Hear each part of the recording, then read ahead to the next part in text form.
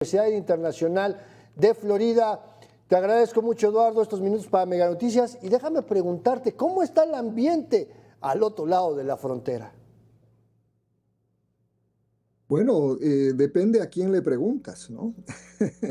Obviamente hay cierta euforia en aquellos que votaron por Donald Trump y que apoyan a Donald Trump y que están obviamente encantados no solo con que él ha ganado la presidencia, pero también están entusiasmados por los nombramientos que ha venido haciendo.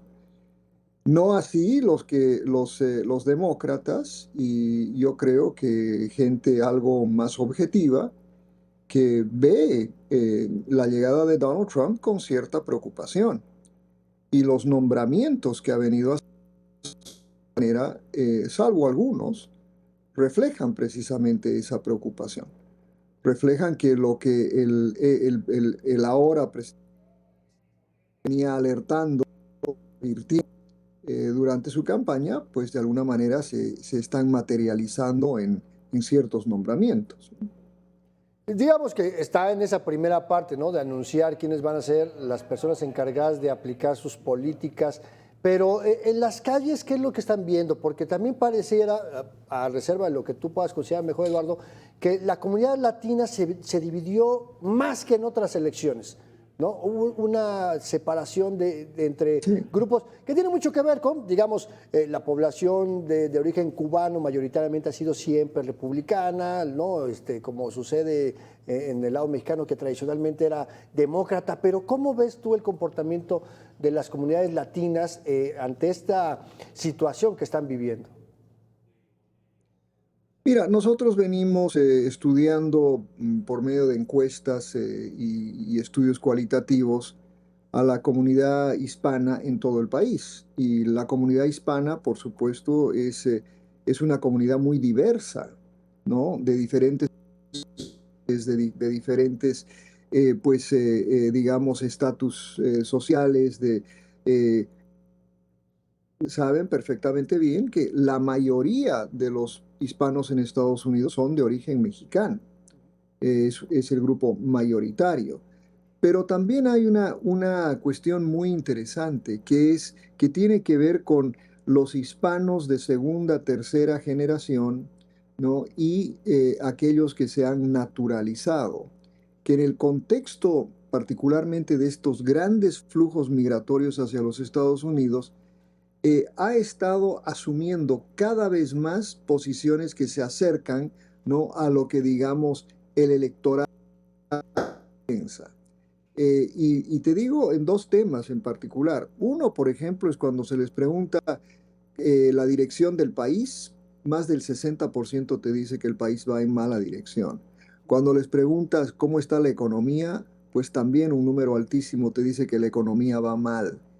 Y cuando les preguntas si están de acuerdo con la deportación masiva, en nuestra encuesta a nivel nacional, ¿no? Encontramos que el 40% está de acuerdo con la deportación masiva. Eh, y ahí hay una diferenciación muy interesante entre aquellos que son naturalizados o han nacido acá con aquellos que han llegado en este último año. ¿Qué explica eso? Pues hay diversas explicaciones. Una es que los que están acá hace mucho tiempo y especialmente los que se naturalizaron, por ejemplo, ¿no? Sienten que los que están cruzando la frontera así sin ningún resguardo, pues tienen al día siguiente ya les entregan sus papeles y su permiso de trabajar, mientras que ellos tuvieron que esperar décadas, ¿no? Pero también hay otra cosa que ya aborda en algo que particularmente acá en la Florida, muchos me dicen que los que están viniendo no es gente como uno, ¿no? No se parecen a uno, son gente diferente, mala, no son buenos como nosotros los que vinimos antes, ¿no? Y eso caracteriza a todos han llegado acá, los estudios sobre migración nos dicen eso. Entonces, es un momento muy curioso y por eso te digo que hay un movimiento pequeño, pero lo suficientemente importante para haber votado por Donald Trump y haberle dado la presidencia. Oye, estás mencionando algo que es muy revelador, ¿no? que parece entonces que funcionó esta estrategia otra vez de la desinformación, de estar mintiendo, porque Donald Trump pues, informa a partir de mentiras, pero también anticipa lo que sí va a hacer. Funcionó esa estrategia de meter miedo en el electorado de origen hispano, precisamente con ese rollo de que viene gente mala y los que van a venir les van a quitar sus empleos. Sí, o, por ejemplo las mentiras sobre el famoso tren de Aragua o las mentiras sobre el famoso que los haitianos se comen perros y gatos, ¿no? Pero ahí estás mencionando algo que yo creo que caracteriza a la política en Estados Unidos, pero que ha venido cada vez más caracterizando a las campañas, particularmente en países muy polarizados y países donde surgen candidatos como Donald Trump. Y es a lo que nos referimos como el uso estratégico de la mentira. ¿A qué me refiero? Que cuando uno como candidato, especialmente con estas características, cuenta una mentira, ¿ok?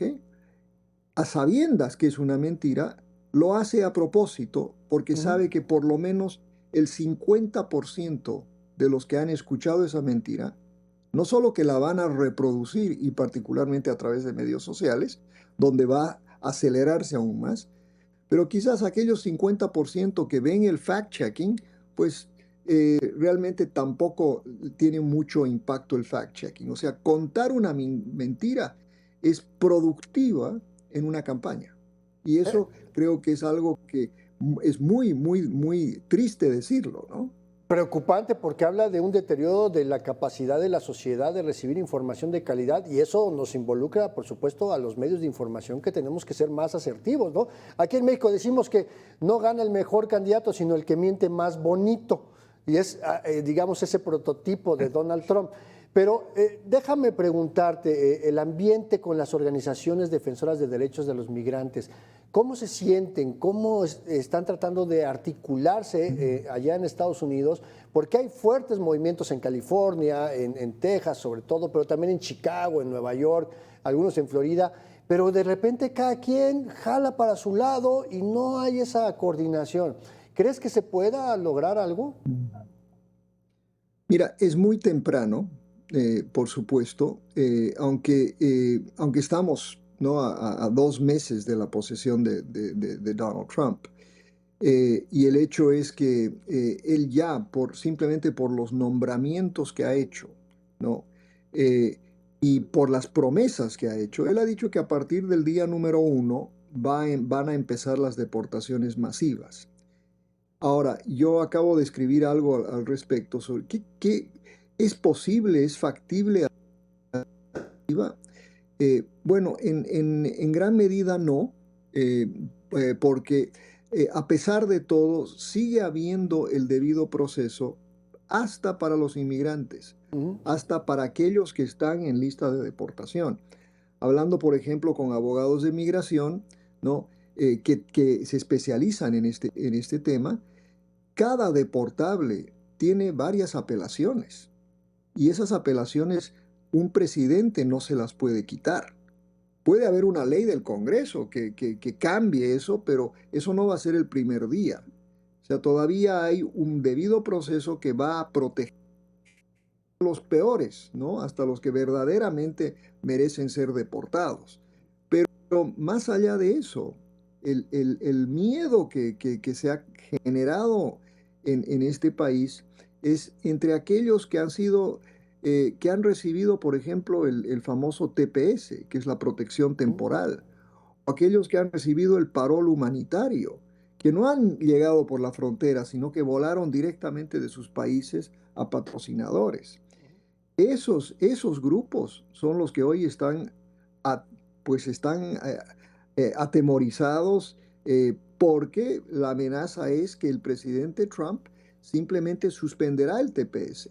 Y al suspender el TPS, ¿qué hace? Toda esa gente pasa a un limbo y por supuesto pasan a ser pasibles a la deportación.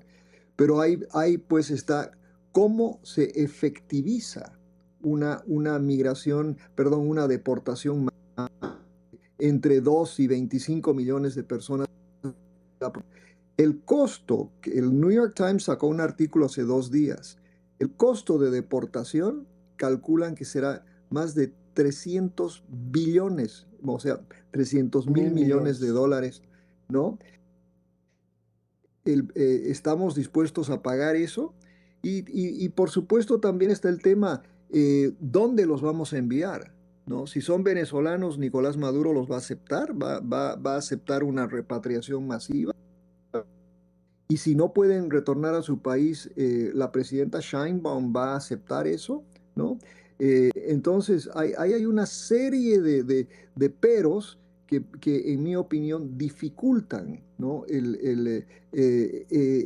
Cumplir con esta promesa. Pero algunos, ¿no? Van a ser deportados y no va a ser un espectáculo. Alguien me decía, un ex embajador me decía que van a haber muchísimos momentos como en el libro Sophie's Choice, ¿no? La elección de Sophie, donde van a haber familias que van a ser completamente separadas, ¿no?